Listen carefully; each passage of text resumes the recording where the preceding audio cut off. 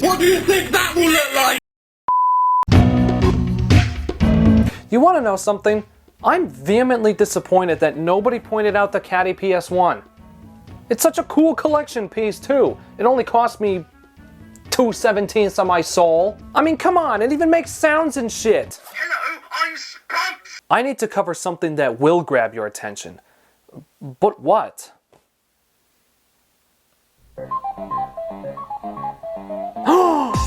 Pac is back, Ghost chomping at his feet. Pac's our hero, Pac just can't be beat. Yeah!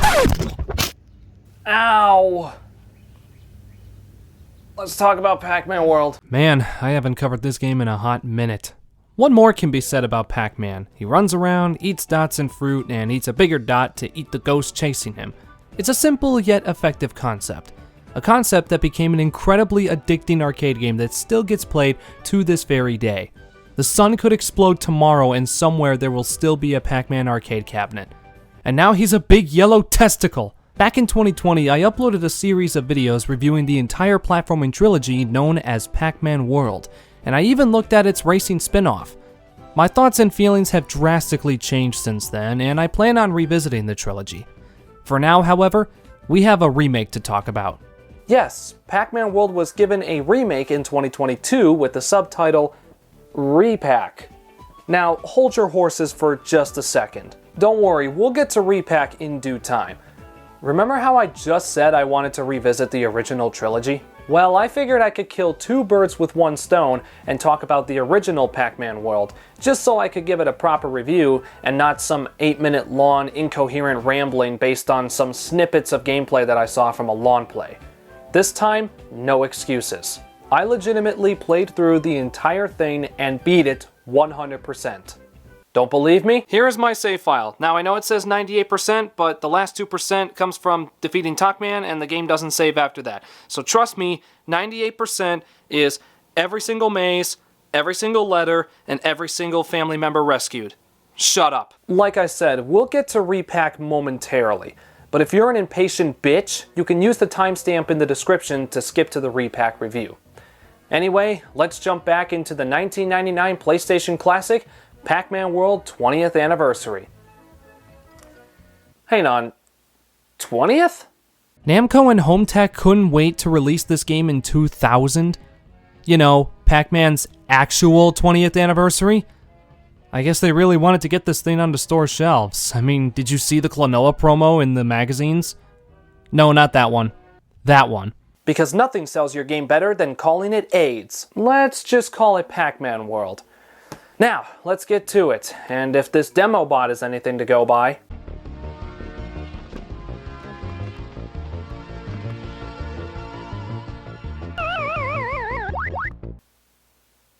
Color me excited. This game was developed by an in-house studio known as Hometech, who also developed the Namco Museum collections on PS1, as well as Ms. Pac-Man Maze Madness. No, I'm not reviewing that one. The basic premise is that Pac-Man's family is coming together to celebrate his 20th birthday, but they all get captured and sent to Ghost Island.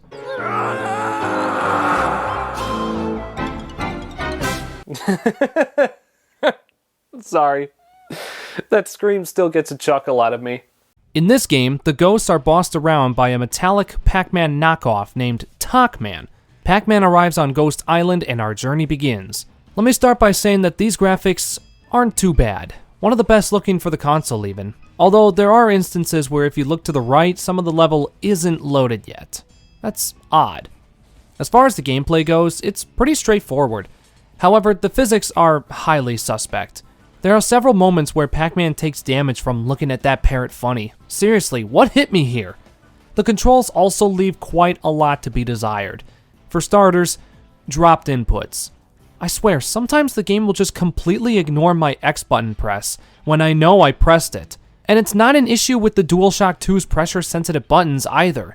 No matter what console I play this game on, PS1, PS2, PS3, hell, even PSP, I run into this problem constantly. Sorry, I just needed to get that off my chest. In this game, you can also zigzag to cover more ground with your jumps. It's Pac Bandicoot. This game features 2.5D platforming as its main core, with some swimming and bumper car racing to break things up a bit. Pac-Man can jump and butt bounce with X, rev roll with square, and throw Pac dots with circle. The depth perception is very spotty and may lead to a bunch of deaths. Momentum is kind of a suggestion, particularly with moving platforms. If you're going in the opposite direction, Pac-Man will be really slow when you jump. If you go forward with the platform, he zooms through the air. It's so difficult to get used to. You go through each level collecting Pac dots and fruits, two classic implementations from the original game. Dots can be thrown at enemies as projectiles, sometimes, and fruits are used as keys to unlock certain doors. In addition to the power pellets, we also have chrome pellets, making Pac-Man temporarily invincible and allowing you to open chests underwater you otherwise wouldn't be able to. Classic Pac-Man mazes are also in this game, and you can access them by unlocking the Galaxian door in the level. Your lives carry over in these mazes, so you're stuck here until you either complete it or get a game over. Oh, don't worry, I'll get there. Hey. Dude, why the hell are you wearing my gator? Well, I like it. And my sunglasses? Hey, these are actually mine, thank you. Whatever, I'm sure this is just a phase you'll drop in a week. This is not a phase. Yeah, we'll see about that. Anyway, what are you playing? PlayStation? Huh, that's dope. Okay, Chandler. In some levels, there is a key you can collect. You then use that to rescue one of your family members. And Puka from Dig Dug, because sure, why the hell not? Each area has a boss. We have HMS Windbag, Anubis Rex, King Galaxian, Clown Pre, Chrome Keeper, and ToastyMann himself. The bosses are actually rather challenging in this game. With the exception of Windbag, I died at least once in each battle, which sucks because that means having to start the fights all over again. There are no checkpoints between phases, which make most of these bosses a pain in the ass. The biggest offender here is Anubis Rex. It starts easy enough. A mummy is chasing you, and you're running away from the screen rather than towards it, which is neat. But again, the hitboxes are out of pocket. I was nowhere near that spear. How? Then we get to the fight itself. Oh my brother in Christ, this boss is brutal. You have to rev roll on each of the 4 plates to reveal the weak point. Then you rev roll into the weak point and repeat 3 more times. Once you wrap your head around all of those weird quirks I mentioned earlier, by phase 4, you have a shit ton of things you have to watch. You have fireballs rising up from the pit of lava, fireballs falling down on the rev roll plates, tornadoes, and this laser thing that sweeps across the entire stage. Don't even bother trying to avoid it. You can't. Anubis is so damn cheap. Most of my game overs came from this fight. Getting a game over is one of the worst things to happen to you in this game. Why? Because instead of resetting you at the stage you game overed in with a new set of lives, it kicks you back to the main menu. The only way back is to load your save file.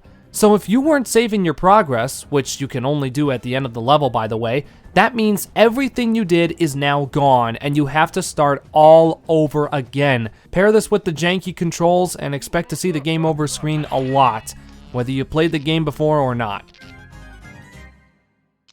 You know, I wonder what Joe thinks about this fight. Fucking Anubis Rex! Okay, I'll leave him be. But I persisted, and then I found out that there's a glitch in the game. If you quit in a bonus stage, the game thinks you're still there for some reason. So now the next level you die in, you will instantly complete. You can use this to completely skip Anubis Rex. What? Yep, weird, ain't it? Joe? Oh yeah, I should talk about the bonus stages. You gain access to these after collecting letters that spell out Pac-Man in the main level. At the end of the level, your overall score is tallied up. Your fruits get placed in the slot machine, and if you want to press your luck, you can press circle to try and get 2 or 3 matching fruits in a row for more points and lives. 100% completion requires you to collect every letter in every level, and then complete every single maze. Yes, all 36 of them. I did that in marathon mode, which you unlock once you beat all the main mazes. But the bare minimum requirement to confront ToastyMann is to rescue your family. This includes Puka, Chomp Chomp, Professor Pac, Baby Pac, Junior, and Miss Pac. I always loved how Professor Pac is just Pac-Man but with glasses, a scholar hat, and a mustache. See, many players are going to think that this is optional, but no, this is a requirement. You know what that means?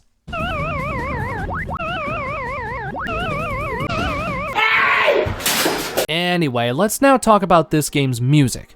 The music was composed by Tallarico Studios, and say what you want about the guy, but you can't deny he and his team did a fantastic job. The implementations of the original Pac-Man and Miss Pac-Man themes are a very nice touch. If I had to pick a personal favorite from each world, I would say Buccaneer Beach, Manic Mines, Far Out, Barrel Blast, Under Pressure, and Grave Danger. Honestly, every track is a banger. There's not a single one I don't like, so at least I got that right. Freeing everybody and collecting every letter unlocks another cutscene, which is the cool blooper reel featuring the whole cast. As a kid, this would have been my favorite thing ever. I love when games do this, even to this day. It makes the kids think that the characters in these games are real, making the same mistakes actors would make in Hollywood. Blooper reels are so cool. Maybe we can check some out in a future video. I'm getting off track. What do you get for beating every maze? A gallery showcasing some really cool concept art for the game. This is such a satisfying reward for your hard work. I actually didn't know until doing this myself that every single maze must be completed to obtain 100%. I can't help but feel like I'm forgetting something here. What else can I do? Let me check the manual real quick. Wait, a tip line? Hello, Bandai Namco. Fuck you. Oh hey look! You can play the original Pac-Man right from the very beginning, which is neat. It also appears to be the same ROM home tech used in Namco Museum Volume 1. The only difference is pressing triangle takes you back to the main menu, rather than send you to a settings menu. I guess I could talk about the bosses since I only touched on Anubis Rex. Windbag has you butt bounce on buttons that pull up dummy targets to deflect its cannonballs back at it. King Galaxian is basically Galaxian, complete with button mashing. I never thought a Turbo Bun would be ideal for a boss fight. Clown Pre is this race in which you don't use X and square to accelerate or brake. You use the D-pad or left analog stick, and it's so damn cumbersome. Chrome Keeper has you butt bounce 5 buttons that drop an object on him. Just watch out for the metal magnets. And finally, we have ToastyMann, where you dodge his fireballs and shockwaves, then collect dots to fire back at him. If you get down to no health left, your family revives you with a full health wedge. These are also in the regular game, depicted by their reddish outline. Phase 2 has you butt bouncing 4 buttons while staying in the air, because ToastyMann also butt bounces. The final phase has you rev roll into him. Yeah, remember how I said the physics were highly suspect? That happened.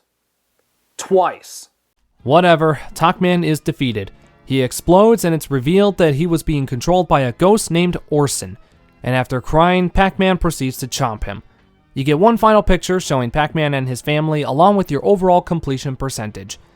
You know, despite all of this game's setbacks, this is still a really fun time. It's hard to recommend, though, as a result of said setbacks. This game suffers from what is referred to as first game syndrome. The physics are sus, the controls are slippery and unresponsive at times, the bosses are really tough, and the endgame requirement is a teensy bit demanding. At least the soundtrack is good. I will say, however, for being rushed to put this game out, HomeTech did everything they could, so I'll give them a pass here for the game's hookups, as they're not at fault. Now, in 2020, I gave this game a 5 out of 10 score, and I honestly think it holds up really well, so I'm sticking with 5. The game is fun to play and easy to pick up, but slightly less easy to complete.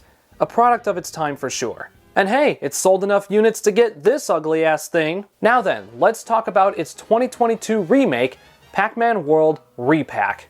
When you think about it, this was just a matter of time. Crash made a comeback with 2 remakes of the first 4 games. Spyro had his trilogy remastered in 2018, Tony Hawk 1 and 2 arrived in 2020, and Klonoa had his first 2 games remade in Fantasy Reverie series. Hell, even SpongeBob Battle for Bikini Bottom got a remake. With this sudden wave of late 90s and early 2000s classics returning, remastering Pac-Man World seemed inevitable. Fast forward to August, and here it is. So, as Square Eye Jack would say, let's get stuck in. This game was developed by a company called Now Production, who developed Pac-Man Museum Plus, so we're in good hands, I think. As far as the gameplay goes, it's more or less the same as the PS1 version. It is a remake after all. The main difference in Re-Pac, story-wise, is how it's told, and in my opinion, the presentation is pretty pathetic. For starters, the characters speak in this game, but not in English. It's this blabbering gibberish shit that I just can't stand. Seriously, who thought this was okay? This time around, the ghosts capture Pac-Man's family rather than the game's bosses. Alright, Pac-Man, let's hear that scream.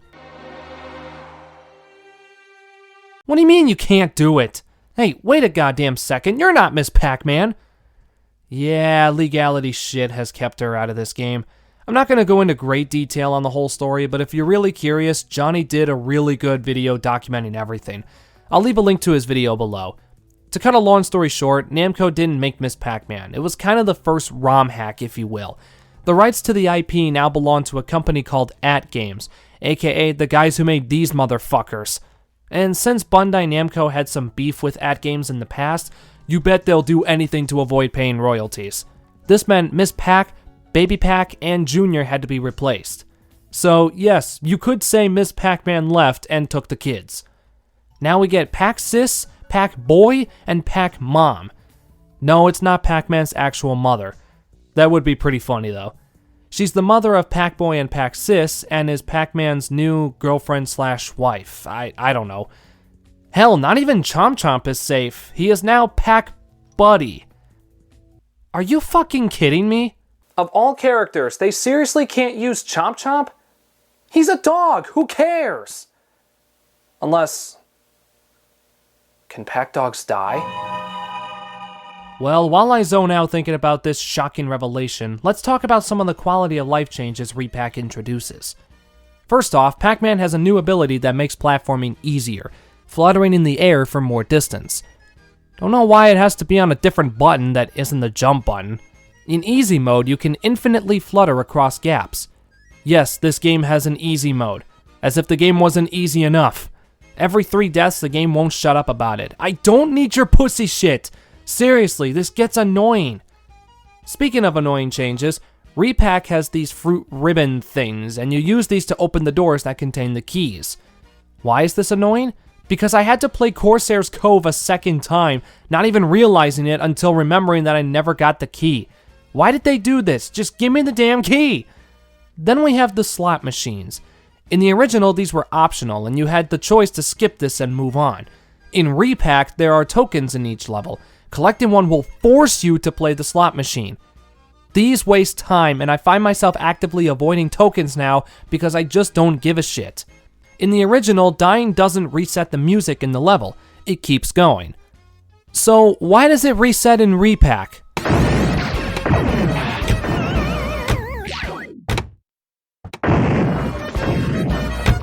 This also goes for when you collect a power pellet. The music resets when it's over. Why? I know it's a minor gripe, but it's a personal pet peeve of mine, which is why I brought it up. When you butt bounce, Pac-Man's momentum comes to a complete stop until you get to the 3rd one. When you rev roll, you can't jump to cancel it out. There's no gallery to unlock after completing the game 100%. ToastyMann has 3 fights, and you only get 1 full health wedge from each family member, unlike the original where you got an endless supply. So now if you die, you go back to the first fight and have to watch the unskippable cutscenes again. Oh, and how about this shit? In the original, the water pipes and down the tubes were numbered. When you rescue Junior, he told you to go through pipe number 1, which is the exit. In Re-Pac, the pipes are not numbered, and Pac-Boy doesn't tell you which pipe to go through. So if you never played the original, you're left guessing which one is the exit. Nice job, guys. You're really keeping this game faithful to its original counterpart.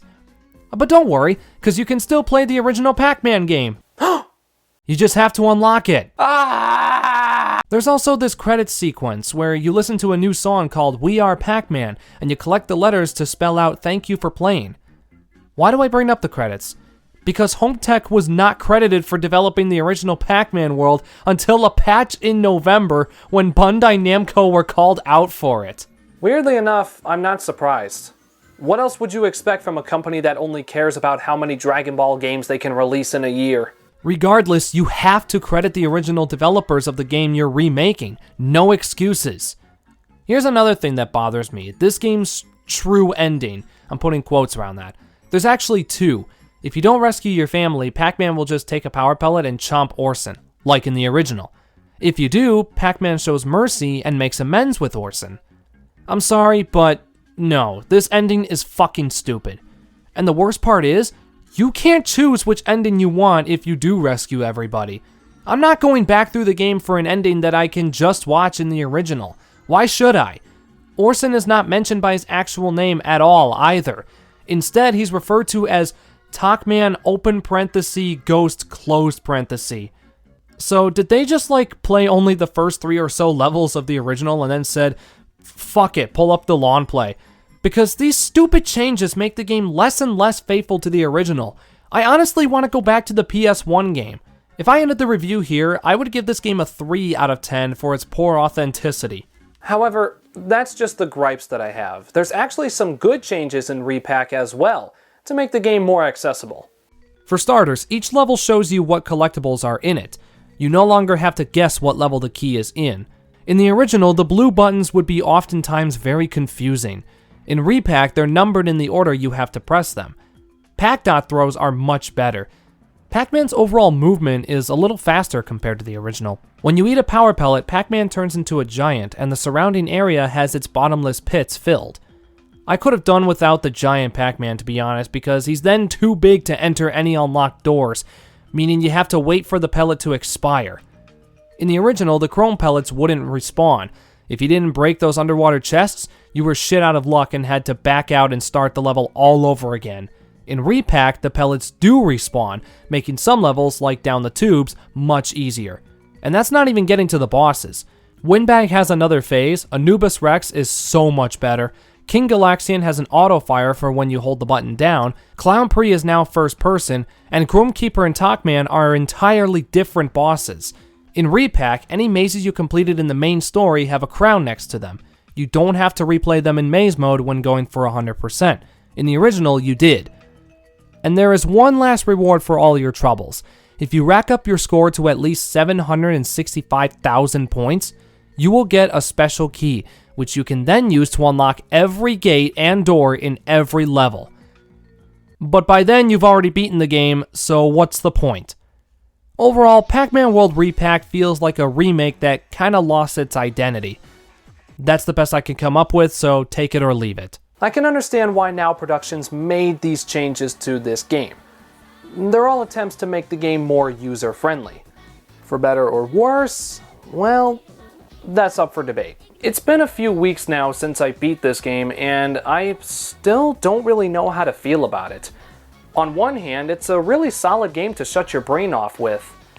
On the other hand, all of the absurd and unnecessary changes make me just want to go back to the original, or maybe even play World 2 instead. Jesus Christ, I'm forgetting a ton of shit in this video, and to be frank, I don't really have a concrete score.